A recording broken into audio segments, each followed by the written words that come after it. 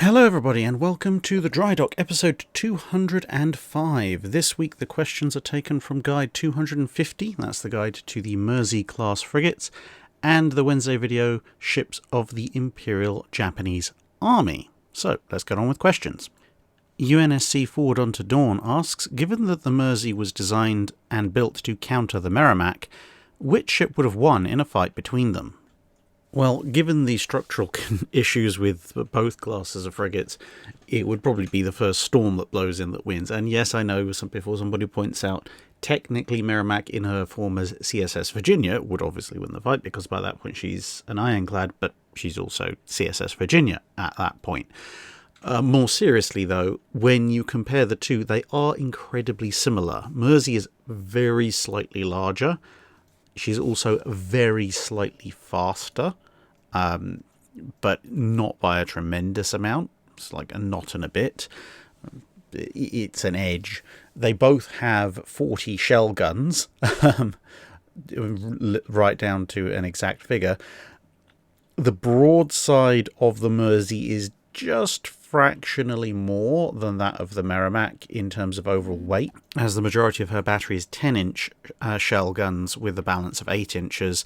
Merrimack has a couple more 8 inches and only two 10 inches, and then the rest are 9 inches.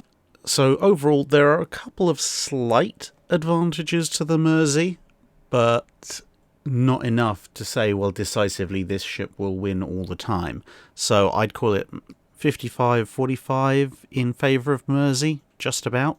A lot of it's going to depend on weather conditions, visibility, crew, and to a certain extent who has the weather gauge. I mean, it's slightly less important in an era where ships have steam engines as well as sails, but it's somewhat important.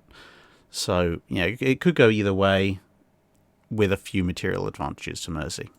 Project Roadrunner asks, how buildable and how practical to operate would an angled mid-deck Midway be in 1942 or 43? It would be entirely possible to build one.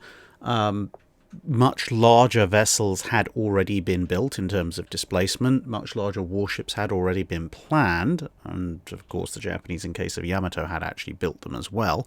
So there's nothing to stop the US Navy building a Midway-sized carrier. Well, if they want to get it in 42-43, they'd have to start building it in 39-40, but they could do it if they really wanted to. In terms of the angled flight deck, well, someone would have to come up with the idea first, but again, there's nothing logistically stopping you from doing that. Angled flight decks, once the British invented them, were experimented with and then installed on various carriers very rapidly after World War II, and often installed onto World War II period carriers, including, of course, Midway herself. So there's nothing structurally unsound about building her from the ground up as such. Your main problems are going to be persuading somebody, one, to come up with the idea of an angled flight deck in probably 38-ish, to get that incorporated into a design that would have to be then laid down in 1939, and also persuading the US Navy to build something of this size, because bear in mind, in 38-39, they are still talking about building another Yorktown, i.e. USS Hornet, and then the Essex class will come along a year or two down the line after that. So this is a huge jump. So, it's physically possible. There's nothing stopping them from doing so, except for the fact that, it would be a completely unprecedented jump, and there'd be a lot of persuading to do considering the sheer scale of the ship and the fact that at the time the US Navy was beginning to think about needing a lot of carriers rather than one or two additional ones. The other issue in terms of practicality to operate, as I've mentioned before when this kind of question has come up, there'd be no real problem operating it, but the advantages that the angled flight deck offers in the late 1940s really aren't there all that much in the early 1940s, because the main thing the angled flight deck offers is the ability for heavier, faster, and usually jet-powered carrier aircraft to land, and if they don't land, to get away and go around again, whilst flight operations are being conducted on the forward flight deck as well. Now, back in the days of the early propeller-driven aircraft, and going up to things like the Avengers and Hellcats and so forth, that's much less of a concern, because even something the size of a Yorktown or an Essex, let alone the size of a Midway, can recover aircraft perfectly fine on the aft section of the ship, and it can take off aircraft perfectly fine from the forward part of the ship, which again is something else that the angled flight deck helps out with, because it allows you to get aircraft mounted somewhat further back on the forward flight deck than you might otherwise do. So a lot of the advantages of the angled flight deck don't really make much odds to early 40s carrier. What it would allow you to do, in at least its basic angled flight deck form as seen here, would be that you'd have enough flight deck space, you could operate another aircraft taking off of the angle, as well as however many aircraft you were launching forward. So it would increase your sortie rate. It wouldn't really increase your recovery rate all that much, because there's still a limited angle on the back of the stern where the wires are going to be. But you could get aircraft off faster. You'd have more space to run them in, because Midway would be far, far, far too large for the number of aircraft that you could actually fit in. They actually discovered this, and 130 plus aircraft is not feasible to operate.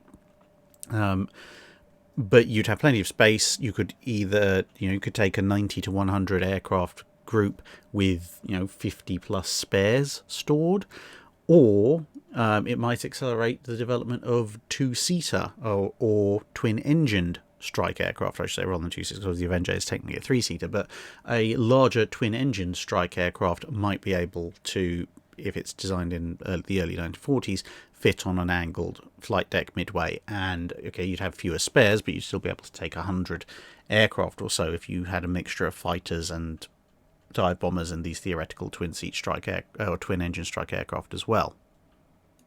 Josh Thomas Moore asks, I finished rewatching the Guadalcanal series in full again, and it struck me that US intelligence seems to not be as good as it was at Midway. Was Midway just a lucky one-off, or had something changed between Midway and Guadalcanal? There had been a few small changes here and there, but fundamentally the issue was that Guadalcanal was a far, far, far more complex theatre of operations than the Midway operation was. For Midway, there was a single objective, there was a single set of attack plans, and therefore it was, relatively speaking, easy for the US to figure out how to intercept and try and deal with them. Whereas with Guadalcanal, you started off from a situation of having both sides opposing each other on land as well as at sea, and then you had to factor in that you had the Japanese Navy basing from much closer anchorages like Rabaul, and slightly more distant ones like Truk, but ships from both anchorages could and were used against the Allied forces. And then you also had the fact that ships at Rabaul and Truk could be used in all number of other operations as well, and they were, plus the fact that the Japanese could either discuss plans physically at places like Rabaul, therefore you can't intercept a physical conversation, or if they were communicating with each other over longer distances, they could also communicate via telephone line, direct links between bases, which again would be very difficult, if not impossible, to intercept. So using radio intercept intel, you'd only be getting part of the picture, and that part of the picture would include operations in a whole slew of other places, including operations across the entire southwestern Pacific. So you'd have to try and filter out from all of that which bits relate to Guadalcanal, which bits actually affect you, and then try and make an inference from the stuff that you can read as to the stuff that you can't. And then you've got to figure out a way of getting all of that information to the relevant US forces in time, but also in such a way that it doesn't make it blindingly obvious to the Japanese that you can read their codes. So for US intel to drop the ball a few times at Guadalcanal is entirely understandable, because they might have an idea that the Japanese are planning an operation, for example, to send cruisers in to the Guadalcanal area. But considering those cruisers can make that journey from Rabaul to Guadalcanal in the span of a single day, and the time and date of their sailing can be decided at Rabaul, where they don't need radio signals, and they're unlikely to need to signal for supplies and so forth, and it's a much smaller operation, so the logistical footprint is less. The US might be able to say, well, we know at some point in the next few weeks the Japanese are planning to send X number of ships to Guadalcanal, but we also know that in the span of those same few weeks the Japanese are planning to send Y ships and Z ships to Guadalcanal, and we don't know which formations are going to leave when, or how strong exactly they're going to be, and then the Japanese can just send out whatever formation is relevant, and you just have to hope that you've guessed vaguely right. This is why things like the Coast Watchers and constant aerial recon were so important, to verify what it was that the intel had suggested might be in the vicinity. Corey Clement asks, I recently came across footage of P-40s taking off from carriers on delivery to Africa. There's many examples of land-based aircraft taking off from carriers. Are there any land-based aircraft that have landed on carriers? And if so, how did they do it? Well, confining ourselves to pre-1950, which is the Channel's area of expertise, yes, there are a few different examples, but it's relatively rare. The main problem for land-based aircraft landing on carriers, apart from whether or not your undercarriage was strong enough to survive the event, was that the vast majority of aircraft in the World War II period, at least as far as anything that might even try and land on a carrier, basically a fighter or a small strike aircraft, had a tricycle tail-dragging undercarriage setup. So like this Spitfire you can see being craned aboard USS Wasp, as opposed to the forward-nose tricycle landing gear, which some aircraft like B-25 had. Now, the reason this is a problem is that when they're making a normal landing, they have a nice long runway, they can slow down. When they're making a carrier deck landing, they don't have a tail hook like a carrier-based aircraft, so they won't be afforded the deceleration of that, so they would have to decelerate by slamming on the brakes. And if you have a tail dragger configuration and you slam on the brakes too hard, you nose over, the propeller bites into the deck, and that's it for your aircraft. Whereas if you have a nose wheel, like a B-25, you put the brakes on, all that happens is your suspension takes a bit more of a battering than it normally would, and maybe you blow a tyre or two. So that was the main impediment, but it could be done in an emergency. So Hurricanes, famously from Norway, managed to land on HMS Glorious, for all the good it would eventually do them, when they were evacuating from Norway, and in order to let them do that, they actually put additional weight in the form of sandbags in the tail of the aircraft. That meant the tail was heavier, which meant that when the Hurricane came in and landed on the carrier, it could put its brakes on, and the tail was less likely to come up and ruin the aircraft. Occasionally you'd have Spitfires and other aircraft being flown off by carriers like Ranger, Wasp and Furious, and they would be obviously heading for the Mediterranean theatre, Malta, Africa, somewhere like that. But occasionally something would fail and someone would have to come back in and try and land on the carrier, which would occasionally be pulled off with a degree of success. Obviously, most of the operations of fighters and other single-engine aircraft in the Pacific were most of the time carried out by either the US Navy or the US Marine Corps, both of which, obviously, their aircraft were usually fitted to be carrier-capable, so it was less common in the Pacific to find Army aircraft landing on carriers because, well, USAAF fighters were somewhat less common in their single-engine configuration in the Pacific theatre, at least right up until the end of the war. Knight6831 asks, why did none of the other powers involved seem to take any issue with, given, as you said, the hilariously over-the-limit HMS Hood's existence? Did any of the other powers truly know what Hood was really like, and how revolutionary was it? This is in the context of the Washington Naval Treaty. So the other powers knew how big Hood was, and they knew how powerful she was. The US Navy, as I've mentioned a few times before, had some very detailed estimates of exactly how powerful she was, and I'm pretty sure the Japanese had a reasonably good idea as well. The issue was that whilst Hood was very large and very fast and, carried fairly creditable armament and a pretty good set of armour, indeed Hood's armour was actually stronger than that of any Japanese battleship in service at the time, including Nagato and Mutsu, regardless. One thing was there was only one of her. Two, she was already complete and in service. And three, the Japanese and the Americans were both angling to keep as many 16-inch ships as they could, and those ships were, for the most part, either still under construction or still fitting out.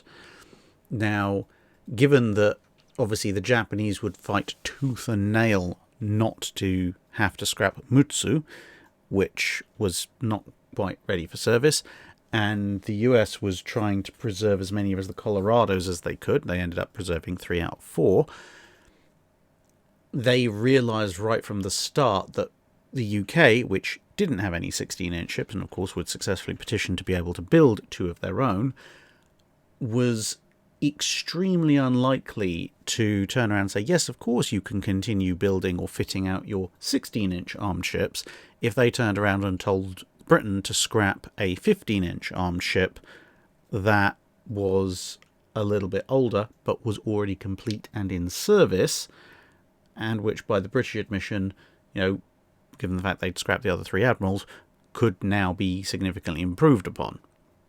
So, given that the US rated the Colorados, as long as both sides accepted battle, to be approximately a match for Hood, no one was going to try and make the British get rid of her, because otherwise the British would probably turn around and just either forbid everyone else from having 16-inch armed ships, period, or walk out for negotiations, which nobody wanted to do.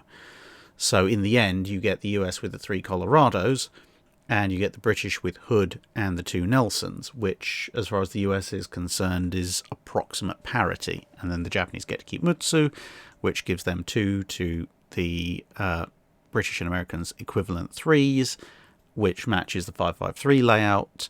And then everybody's nobody's entirely happy with the Washington Treaty, but they're as happy as they're going to be. Hakan Karagak, I think, asks, did the Imperial Japanese Navy have tanks and vehicles and such? This is in response to the Japanese Army having ships. Yes, indeed they did. They had a wide range of tanks, amphibious vehicles, also their own artillery, etc., armoured cars, because of course they couldn't possibly have the same stuff as the Imperial Japanese Army, although there was a little bit of crossover in some particular cases, particularly in the field of full-on tanks. They would both begrudgingly end up getting some each, but more specialist amphibious stuff and so forth, very definitely they had their own miniature army along with infantry and everything. And yeah, that was pretty standard for the 2 Japanese armed services. The Japanese army had the bulk of the tanks and the infantry, but also had its own air force and its own navy. And the Imperial Japanese Navy obviously had the bulk of the ships, but they also had their own air force and they had their own small army as well, because they couldn't possibly, have anything to do with the other lot. Andrea Marioni asks, was the sinking of the Soviet submarine SHCH-305 by Finnish submarine Vetehinen, I think, by ramming, the only time in history where one submarine has sunk another by ramming, or did this happen more than once in history? I know in World War II there were at least a couple of attempted submarine-on-submarine rams, although I can't remember off the top of my head, apart from obviously this Finnish one, whether or not any of the others succeeded. Submarine-on-submarine rams, to be honest, are likely to be fatal to both, so I suspect that a reasonable number, i.e. a non-zero number of them actually did happen, but also that perhaps that's the reason nobody heard back from either submarine, and of course we wouldn't know that they encountered each other. All we know is that two submarines from opposite sides disappeared in roughly the same area during roughly the same time period.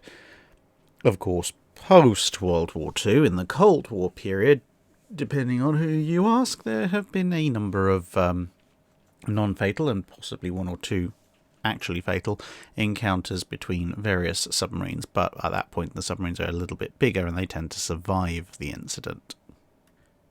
Shoot Me asks, how would the Imperial Japanese Army have fitted into the London and Washington Naval Treaties? Would the Japanese have been able to say, no, honestly, these aren't CVs, or carriers, they're operated by the Army, and if they did get away with it, what sort of other hilarity could other navies have pulled off by gifting ships to other branches of the armed services and letting them build their own?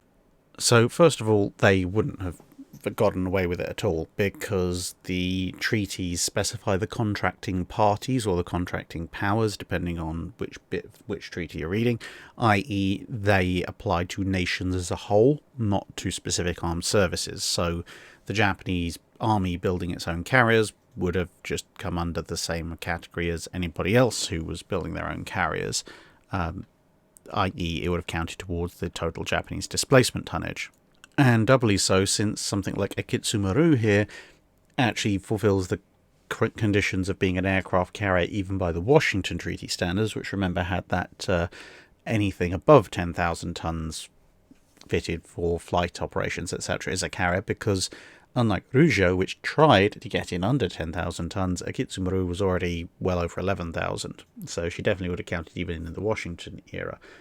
But if the Japanese had somehow been able to argue that the army was not a navy, and basically they would have had to write the Washington treaties to say the contracting powers navies, or the contracting nations navies, or whatever term, but if they'd managed to get the treaty piece written to specify naval forces specifically as opposed to army forces, then, well, you would see quite a lot of rule breaking coming up by, having army vessels being constructed.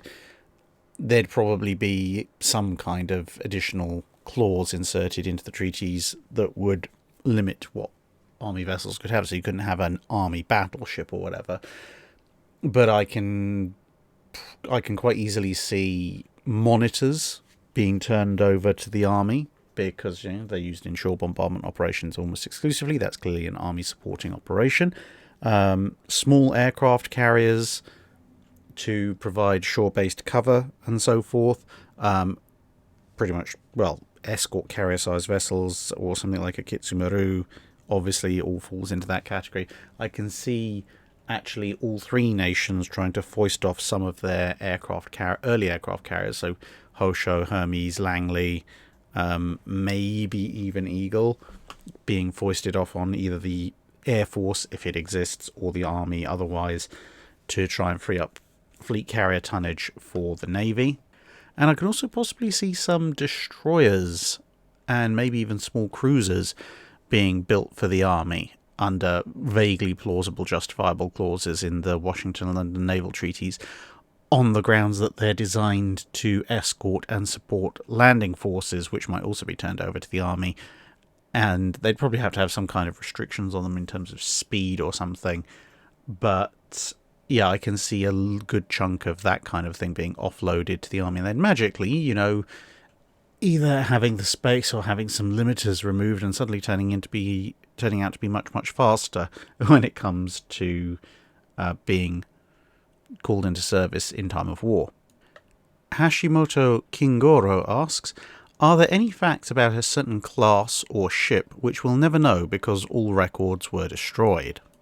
Well, if you go back far enough, definitely, because there's whole swathes of ships that we know were constructed for, say, the Romans, or in the medieval era for various powers, or even, for that matter, for things like Zheng treasure fleet, where we only have second or third hand accounts, and relatively brief ones at that, about them. None of the original design documents or contract documents actually surviving, so there'll be a lot of things we don't know about those ships, and never will unless we find one somewhere. Now, as far as World War One, World War Two period is concerned, there are some documents that have been lost, but for the majority of classes of ships where those documents have been lost, other documents exist which allow you to piece together the missing details. Obviously, the single largest gap in our knowledge tends to be, well, two things. One is the biggest one is the Japanese Navy generally, because of course they tried to set fire to everything in the aftermath of World War II. It wasn't fully successful, of course, and the reason why I'd hesitate to say we absolutely have lost stuff about certain ship classes in the Japanese Navy is because even these days people are finding bits and pieces which were either stored away in areas that people at the time didn't think to look and have subsequently been found, or stuff that was spirited away by officers and men who had received the orders to destroy these things but didn't really feel like doing so, so they set fire to some stuff and took away other stuff they thought looked quite nice. So who knows what else is still out there in that respect. The other thing that we're missing, at least in terms of easy reference, is the Spring Styles book that covers most of the interwar period. So, we know where the Spring Styles book for the immediate run-up to World War One and World War One designs are for the US Navy, or at least a good chunk of their concept sketches, and we know where the immediate run-up to World War Two and World War Two one is, Spring Styles books 1 and 3, but the location of book 2 appears to be at least AWOL, if not destroyed, which means that hypothetical designs that were being sketched up in the interwar period, in case of, say, the London Treaty not renewing the battleship building holiday or any number of other things, their records therefore are somewhat harder to come by. They're not entirely gone, but much more difficult to piece together. Power Surge asks, in Russia, Peter I is still considered to be the father of the Imperial Russian-Soviet-Russian Federation Navy. While the advance in naval capabilities for Russia during his reign were significant, how relevant were they when compared to major naval powers of the period? Were his ships a laughingstock of contemporary navies, or a regional threat, or something else?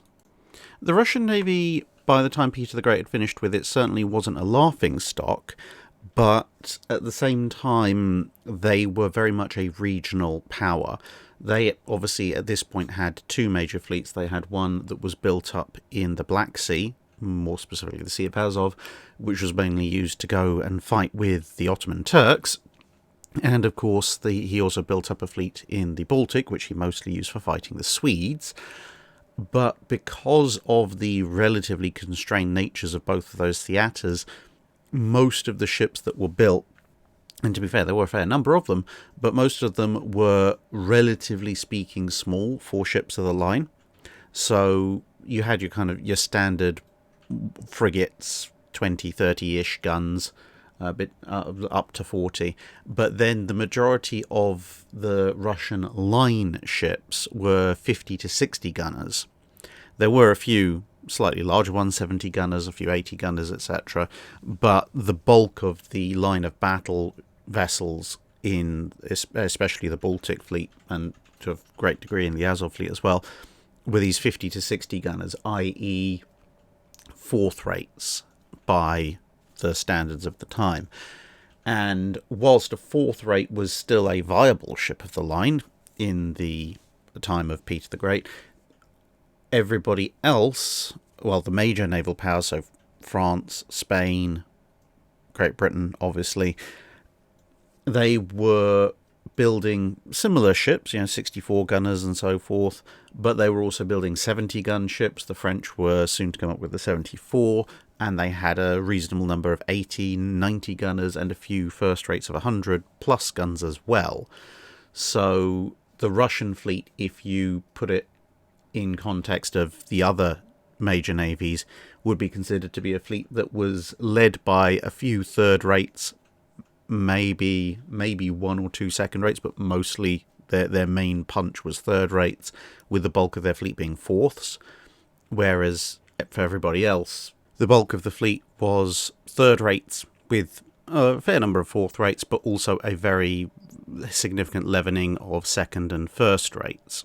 So if someone had decided, okay, we want to take over the Baltic, then they could have done it, relatively speaking, easily, but at the same time it would have involved committing a reasonable number of some of their heavier ships. So in a period of tension with one of the other major naval powers, they probably would have thought better of it.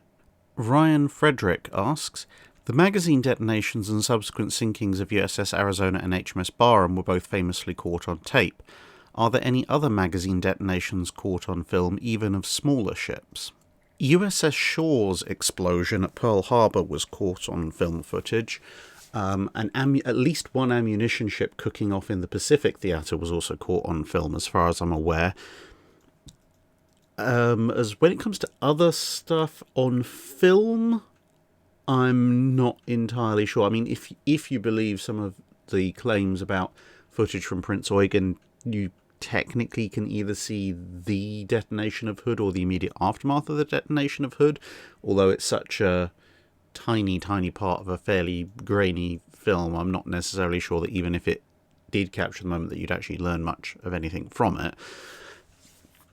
But normally when things are on fire, at least in the period that the channel covers, people tend to be more concerned about other things than filming. So as far as I'm aware, those are the only other ones, but it's entirely possible there could be other magazine detonations caught on film that I'm not immediately aware of. Alec Ruby asks, why did the US continue to build battleships with a top speed of 21 knots when other nations had at least started to move on from that? There were a variety of different reasons, some relatively well thought out, others not so much. Obviously they wanted a standard battle line, so if everybody could move and turn together, that would offer certain tactical advantages that maybe having slightly faster ships might not offer, i.e. the change in tactical capability or the difficulty in executing simultaneous turns, such as what you can see here, might outweigh any benefit of having slightly faster speed. Secondly, penny pinching. Josephus Daniel, Secretary of the Navy, really did not want to pay for anything more than he absolutely had to, and whilst a number of times during the development of the standard class designs, various US Navy proposals did call for faster ships, they were just told no. And the US Navy at the time was putting more emphasis on protection and firepower than speed. So if they were told, well, if this is your ideal design, and it's faster, it's more heavily armoured, and they're told, no, you can't do that, you have to cut the price, then the first thing they're going to cut is speed. Put the speed down to the same as the rest of the fleet so that they can retain the greater protection and firepower.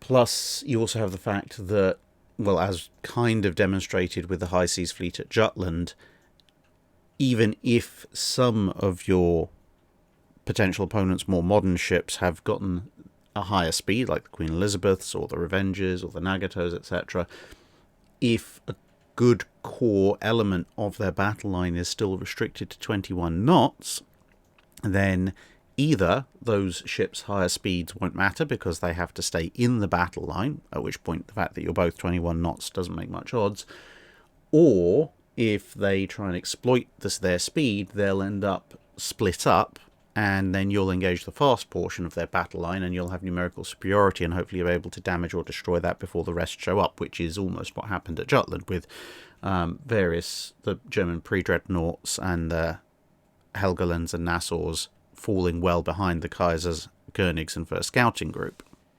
And finally, there's also a certain element of how the US Navy was thinking about how it was going to fight.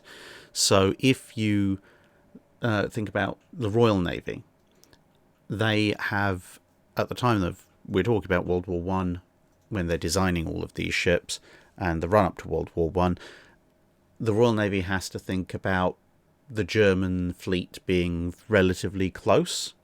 So if the German fleet comes to try and do something to the mainland UK or attack trade or whatever, the Royal Navy has to go and catch them.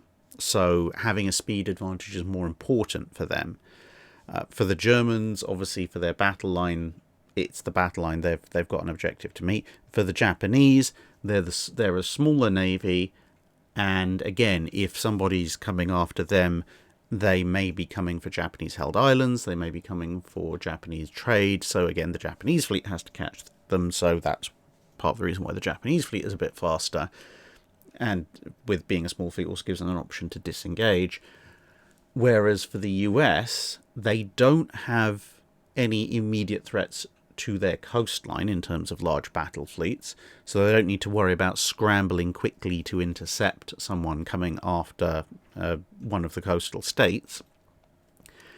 Thus, speed isn't too much of a necessity there, and their war plans when it comes to dealing with the most likely enemy they think they're going to be fighting, i.e. the Japanese, involves them going to specific points. So it's an offensive way of fighting warfare. So you go from San Diego to Pearl Harbor to the Philippines, and then you keep attacking, at which point your speed is slightly less relevant, because if you're going to attack an opponent, they either have to fight you or run away and let you take what you want.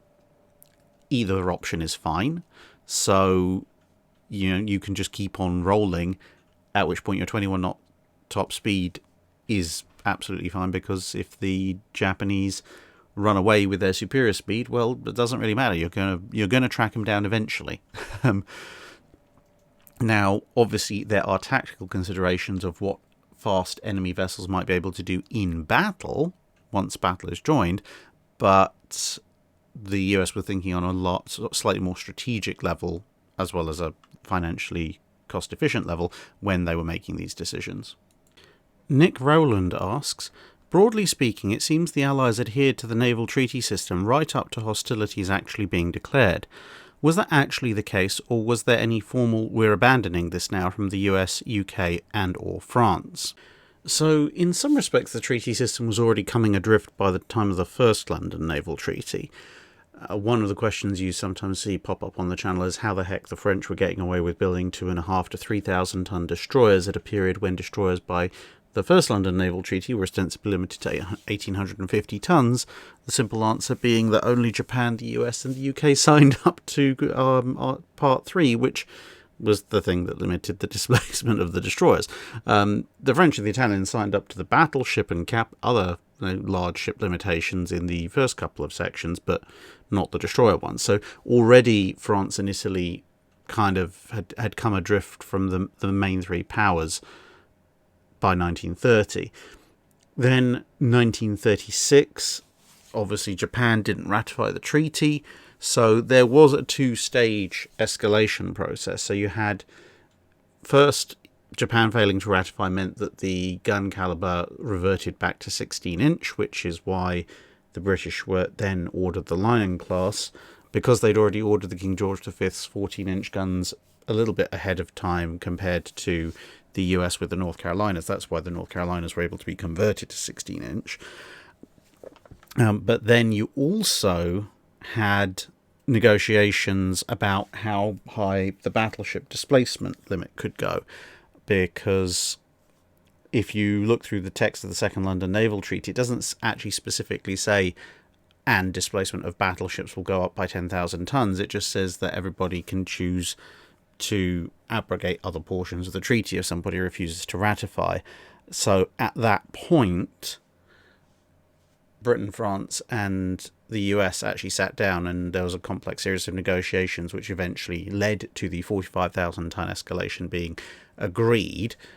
So you can now build 45,000 ton ships with 16-inch guns. That's how you got the Iowas. So there were a couple of stages of the powers that would later be the Allied powers turning around and saying, yeah, actually we're not abrogating the treaty, but we're invoking the clauses of the treaty that allow us to build larger than what the treaty said in 1936. And these were done before war broke out, which is why, I say, the Lion and Temeraire were laid down in 1939. The designs for the Iowas were being prepared, and so on and so forth. And to be honest, by the time war broke out, there'd been enough escalations and renegotiations and everything that everyone just basically threw their hands up in the air and ignored it all completely. Colin Ware asks, slow, not powerfully armed, early in the war manned by some inexperienced crews, just how effective were the corvettes in their anti-submarine role? They have achieved a mythical status in Canada, but is it deserved? I think pretty much so. When you look at things, you've got to account for, one, the fact the Corvettes accounted for over half of all Allied escorts in the Atlantic. So given the fact that, well, the Allies won the U-boat war, they obviously had something rather important to do with it. But second, the other interesting thing is when you break down the ship losses in the Atlantic and in other places by cause, because if you look at the losses graph, just as, number of merchant ships sunk, you see this sort of very rapidly climbing number until 1943, and then it starts dropping off again. So you might think, given that a good number of Flower class were in service by 1941 and early 42, and obviously more coming into service thereafter, you might think, well, hang on, isn't that proof that they actually weren't that effective until something else came in? But when you look at the number of ships lost to U-boats, which are, of course, what the Corvettes mainly there to protect against, you actually see that obviously there were a few losses in 39. They only had 3-4 months to actually sink merchant ships. Losses obviously then massively spike in 1940, and then obviously but then you get to 1941, and in 1941, which by which point a significant number of Flowers were already in service, losses by U-boat actually drop slightly. It's losses by other means, particularly aircraft. And bear in mind, this overall merchant loss figures include things like the Mediterranean campaign as well, that are pushing the numbers up. But the U-boats are actually somewhat curtailed already by 1941. Then America enters the war at the end of 1941. Then shipping losses spike massively. But again, when you look at a distribution of the ships sunk by U-boat, the vast majority of shipping sunk by U-boat in 1942 is clustered all up and down the US East Coast and in the Caribbean, where, as was covered in the Caribbean video, the US Navy really wasn't prepared for this kind of warfare just yet. Once they get their act together and you trend to 1943, then numbers drop and keep dropping again. So, yeah, the Corvettes definitely put a big dent in U-boat effectiveness, considering that U-boat numbers during that period were generally going up.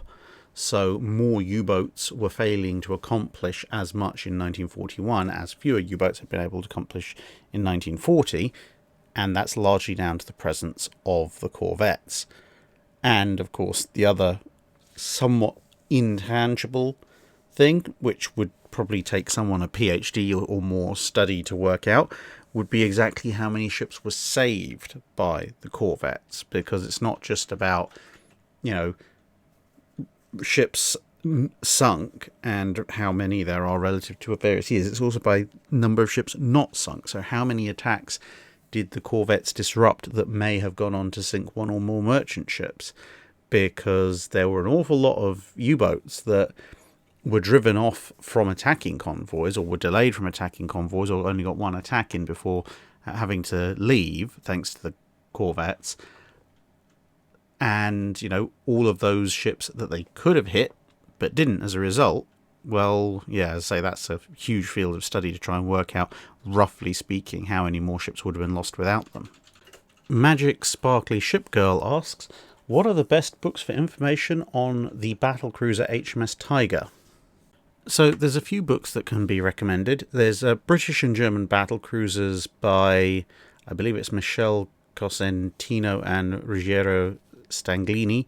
Obviously, clues in the name what it covers. If you want something a bit more focused on British battlecruisers, then there's British Battlecruisers 1905 to 1920 by John Roberts, and obviously both of those cover Tiger in part of the book. There's not that many books about the specific details of HMS Tiger herself as an individual vessel, but if you can get your hands on a copy of either Warship 2, i.e. the second Warship volume journal, or Warship 2020, both of those have articles on Tiger. And lastly, there is British Battleships 1919 to 1939, by R.A. Burt, which, despite the name, also covers the battlecruisers and also has a fair bit of decent information on Tiger.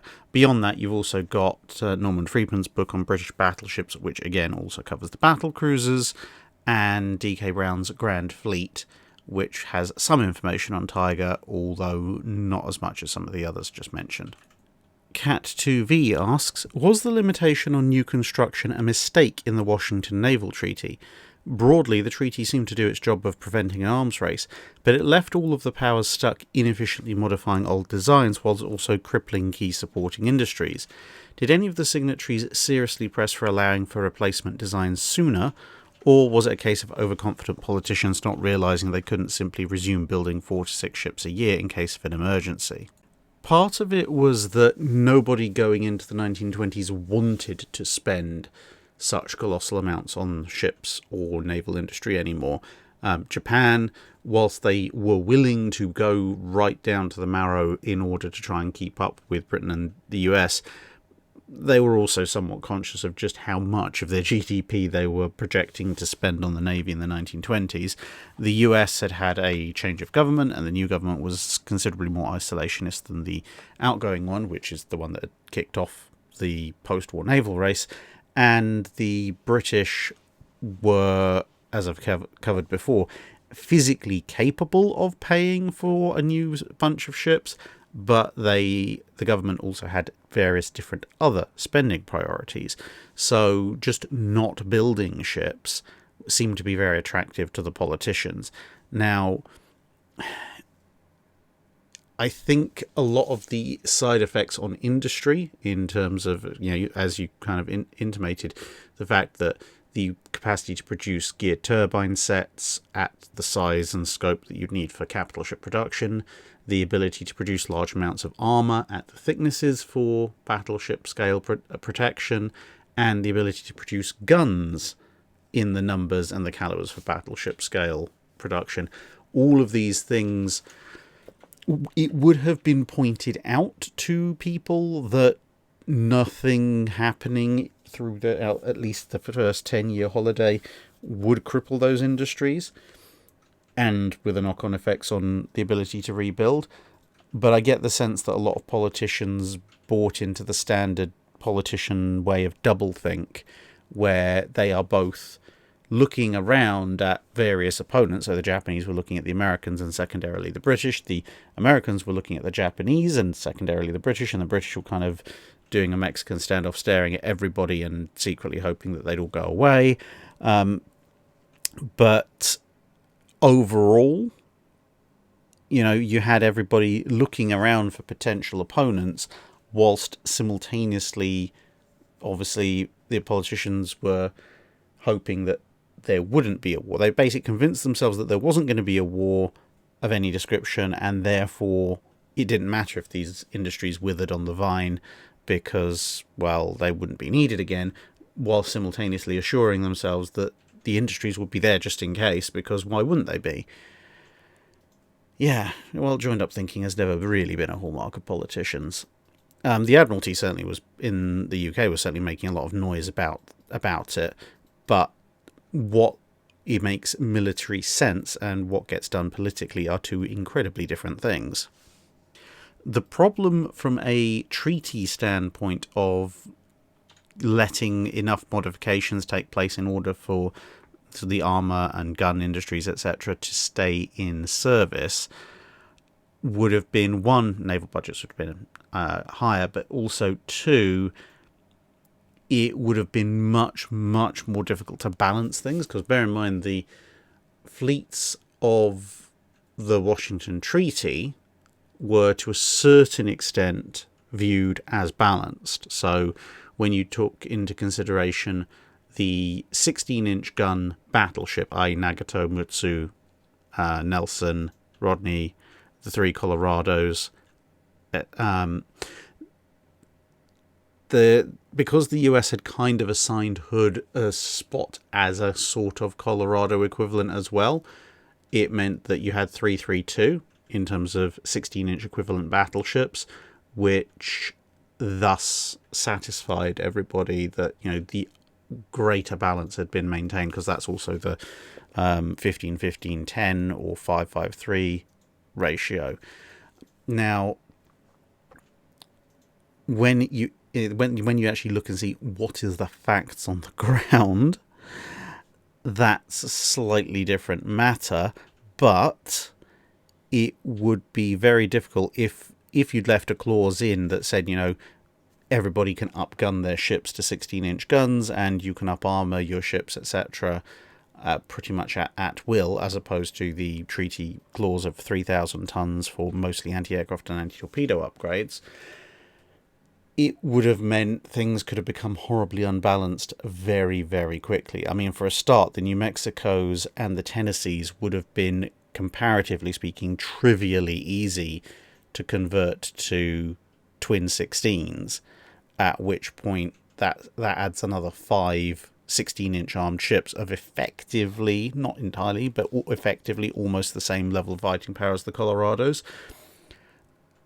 The British and the Japanese don't have anything that is equivalently capable of being converted. I mean, the Japanese have, obviously, the Fusos and the Iseis, but by having 6 twin 14-inch, it's going to be very, very difficult, comparatively speaking, to convert those into 8 16-inch ships. You'd have to do a complete and utter rebuild, because you'd have to be probably stripping out the 2 center midships turrets in order to save the weight that was necessary, but you'd also have to be ripping out the entire barbette system and expanding it with who knows what effects on the rest of the ship structure. And yeah, that's going to be a lot more expensive than, conveniently the twin 16-inch turret diameter for the US is exactly the same as the triple 14-inch turret diameter. The Pennsylvanias would have had a bit more problems because they're smaller ships, but, 5 16-inch ships would have been bad enough. Re-armouring the ships would also have allowed the British, for example, to potentially re-armour the QEs towards a more R-class style armour layout, rather than,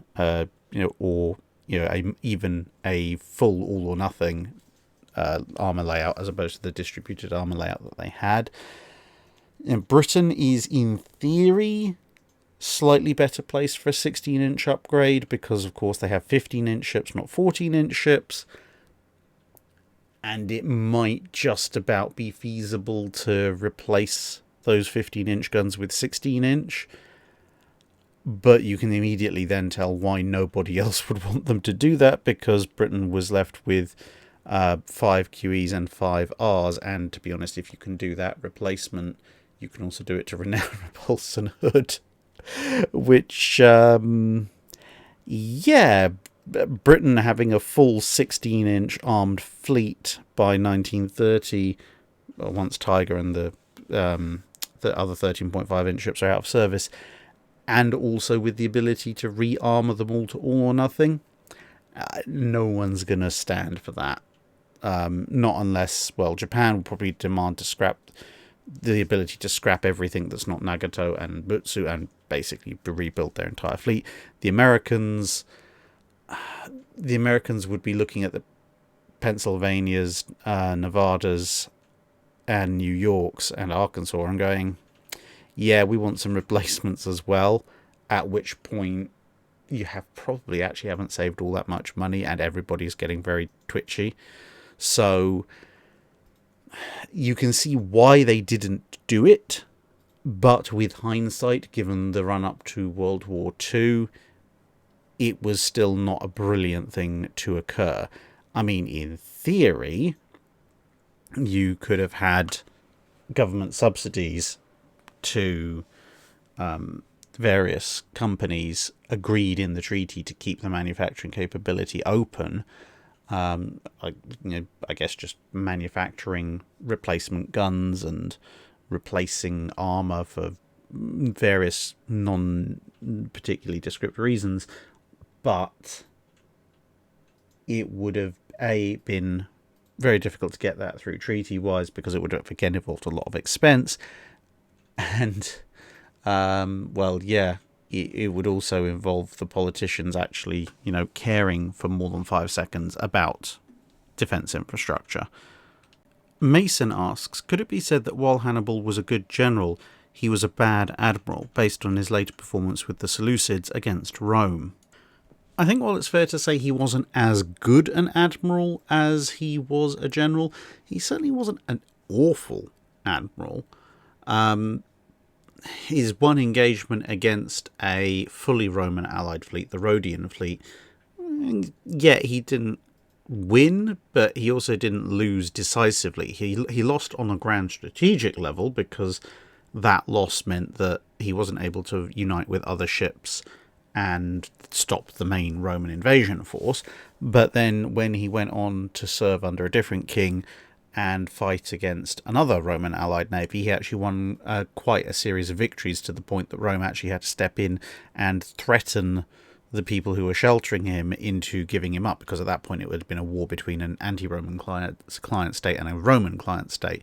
So yeah, I mean, he had a fair number of successes as an admiral, but just not quite the same track record of success he did as a general. Unemployed history major asks, years ago I visited the USS Texas and had a great time exploring the ship. Then, in 2019, I went to the 75th anniversary of D-Day and climbed down into one of the 14-inch craters on Point du Hoc. Is there any other example where you can visit both a museum ship and something it has shot? Well, the Iowa class still exist, and I'm fairly sure there are some craters in Iraq and Korea, and maybe one or two in Vietnam, which were caused by their bombardments, albeit that 2 out of those 3 destinations I wouldn't necessarily say are entirely safe to travel to at this point in time. But you probably could go and find a few bits and places that have been blown up by a 16-inch shell or two in Vietnam without too much risk of being brutally imprisoned or horribly killed. Likewise with HMS Belfast, although it would obviously be harder to find direct damage from 6-inch shells and directly attribute it to Belfast, but she is around and she did shoot up both landing beaches on D-Day, areas behind the beaches on D-Day, and she was also active off of Korea. So they're theoretically, assuming that wind and weather haven't erased them entirely, there theoretically should be something left over from Belfast bombardments. Likewise, you can visit USS Massachusetts, and there's probably bits and pieces of Casablanca still missing from that bombardment. And if you want to see ships that have been shot up by ships that still exist, well, it depends how generous you want to be in terms of where you can visit, because in theory, again, looking at something like Belfast, you can visit the wreck of Scharnhorst. It just means you probably need a mini-sub and an expeditionary boat, because I can, trust me, if I were you, I would not dive down to Scharnhorst's wreck, even if the depth would actually allow you to. But yeah, I wouldn't be going down even in a heated dry suit. I'd be going down in a mini-sub. But theoretically, it's possible. Gregory Albert asks, what is a Wellerman? Apparently, a Wellerman is an employee of the Weller brothers, who ran a whaling operation in New Zealand, which is apparently the ultimate original source of the sea shanty ballad song whatever the heck else you want to call it, which became hilariously popular over the past few years for reasons that are still something of a mystery to me. But nevertheless, this basically is a kind of a reflection of an 18th and 19th century thing, where a lot of the time you might have a profession, but you'd actually be known more by your employer's name than the profession itself, which you can also see to a certain degree in military units. Not so much at sea, because at sea in navies they tended to identify more by their ships, although occasionally by the captain as well. But definitely on land, you have all sorts of regiments, like Colonel so-and-so's regiment or whatever, Major so-and-so's lot. And that, whether that carries over into the civilian world or whether the civilian world carried over into that, who knows. But you tended to have people who were employed by significant, well-known companies who employed a fair number of people. They would be referred to as, insert that company's name, which is usually named after the person who ran it, man. So, over in the UK, when chocolate factories were being set up, there were literally people called Cadbury men because they worked for Cadbury, the chocolate manufacturer, which happened to also be named after Mr. Cadbury, who was the original owner. So yeah, Wellerman, someone who works for the Weller brothers. Ferris asks, it's worth noting that of the 6 carriers that made up the Kirubutai, 4 of them were effectively one-off designs, with only near uniformity introduced in the Shikaku class. Did this contribute at all to the Imperial Japanese Navy's inflexibility of doctrine, especially with regards to keeping air groups assigned to particular carriers, and if so, how much? I don't think it had too much effect, to be honest, because, Hiryu and Soryu, yeah, they're not entirely identical, but they're a lot closer than they are far apart. So, loosely you've got, if you want to be really picky, yes, you have 5 different types of carrier. More realistically, I think you've probably got 4, because you've got Hiryu and Soryu close enough for government work, Shikaku and Zuikaku, obviously, and then Akagi and Kaga are very much separate vessels. But then you look at the US Navy, okay, they've got Lexington and Saratoga to work with almost from the start, but then the next one's Ranger, and the one after that is Yorktown, so they're working with 3 different types, and then once Enterprise and Wasp comes in, they're up to 4, even though Wasp is kind of a diminutive of Yorktown. And then you get to the British, who, that's not including Langley, but let's face it, Langley was out of the carrier game by the mid-1930s. Then you've got the British, and oh boy, you've got what? Argus, Eagle, Furious, which is effectively... Furious is more different from Courageous and Glorious than Hiryu is from Soryu. Then obviously you have Glorious and Courageous. You have Ark Royal. And then towards the end of the 1930s, the Illustriouses are beginning to come online. But even if you ignore the Illustriouses, you've got Hermes, Argus, Eagle, Courageous, Glorious, and Furious. So you've got basically 6 or 7 types of carrier in the Royal Navy, which is therefore even worse than the Kirubutai. And the Royal Navy was perfectly happy to swap air groups around various carriers, and also to come up with the idea of combined carrier strikes. Admittedly, obviously didn't get to use that doctrine in World War II because they're being pulled hither and yon, but, at least they had the idea.